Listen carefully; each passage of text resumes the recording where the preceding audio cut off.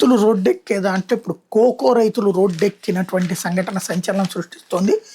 ఏలూరు వద్ద కోకో సిటీని ఏర్పాటు చేస్తున్న ఆయిల్ ఫామ్ రైతులకు కంపెనీలతో అనుసంధానం చేస్తున్న నూనె వెలికితీత నిష్పత్తి ఓఈఆర్ ఫార్ములా ప్రకారం ఏటా ఆయిల్ ఫామ్ తాజా గేలల ధరలు నిర్ణయిస్తున్న మాదిరిగానే కోకో ధరల నిర్ణాయక విధానం తీసుకొస్తాను ఇటీవల ఏలూరులో జరిగిన కోకో కాంక్లేవ్లో చంద్రబాబు ప్రభుత్వం ఘనంగా ప్రకటించింది. కానీ క్షేత్రస్థాయిలో సిండికేట్గా మారిన ముఠా రైతులు దోపిడీ చేస్తుంటే ఇదే ప్రభుత్వం గుడ్లప్పకించి చూస్తోందంటూ కోకో రైతులు ఆందోళన వ్యక్తం చేస్తున్నారు.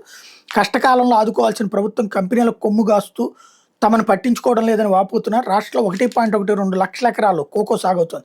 ప్రధానంగా కొబ్బరి ఆయిల్ ఫామ్లో అంతర పంటగా సాగు చేస్తున్నారు. ఏటా సగటున 12,000 టన్నుల గింజలు దిగుబడి వస్తుంది. ఇందులో 80% గింజలను క్యాడ్బరీ సేకరిస్తుండగా మిగిలిన గింజలను నెస్లే, క్యాంప్కో, లోటస్ తదితర కంపెనీలు సేకరిస్తున్నాయి.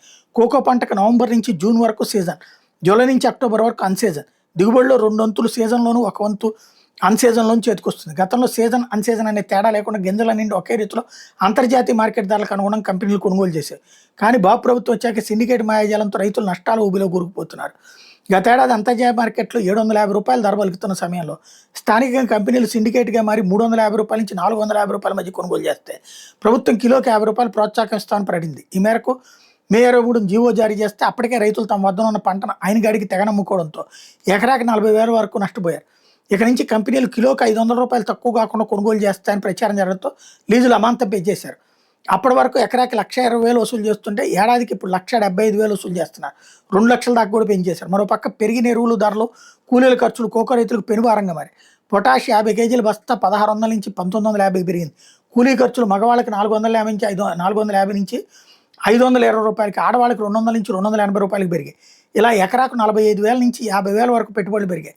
మరోపక్క తేనె మంచు ఇతర తెగుళ్లతో ప్రభావంతో దిగుబడులు అనూహ్యంగా పడిపోయాయి. గతేడాది ఎకరాకు 4 క్వింటాలు వస్తే ఏడాది 2.5 క్వింటాలు రావడం గగనం అయిపోయాయి.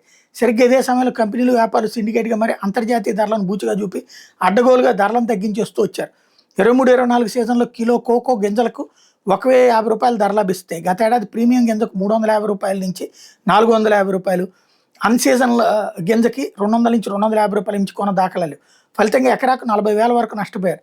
కాగా ఏడాది అంతకంటే దారుణమైన పరిస్థితులు నెలకొన్నాయి. ప్రీమియం గింజకు సైతం ఏడాది వ్యాపారులు కిలోకి ₹280 చెల్లిస్తుంటాయి. కంపెనీలు 300కు మించి చెల్లించడం లేదు. ఆశించిన స్థాయిలో దిగుబడులు రాక వైపు కంపెనీల మాయాజాలంతో మరొక వైపు రైతులు తీవ్రంగా నష్టపోయే పరిస్థితి ఏర్పడింది. ఏడాది కనీసం ఎకరాకు 45,000 నుంచి 60,000 వరకు నష్టపోయే పరిస్థితి నెలకొందని రైతులు వాపోతున్నారు అన్నటువంటి వార్తనే హైలైట్ చేశారు.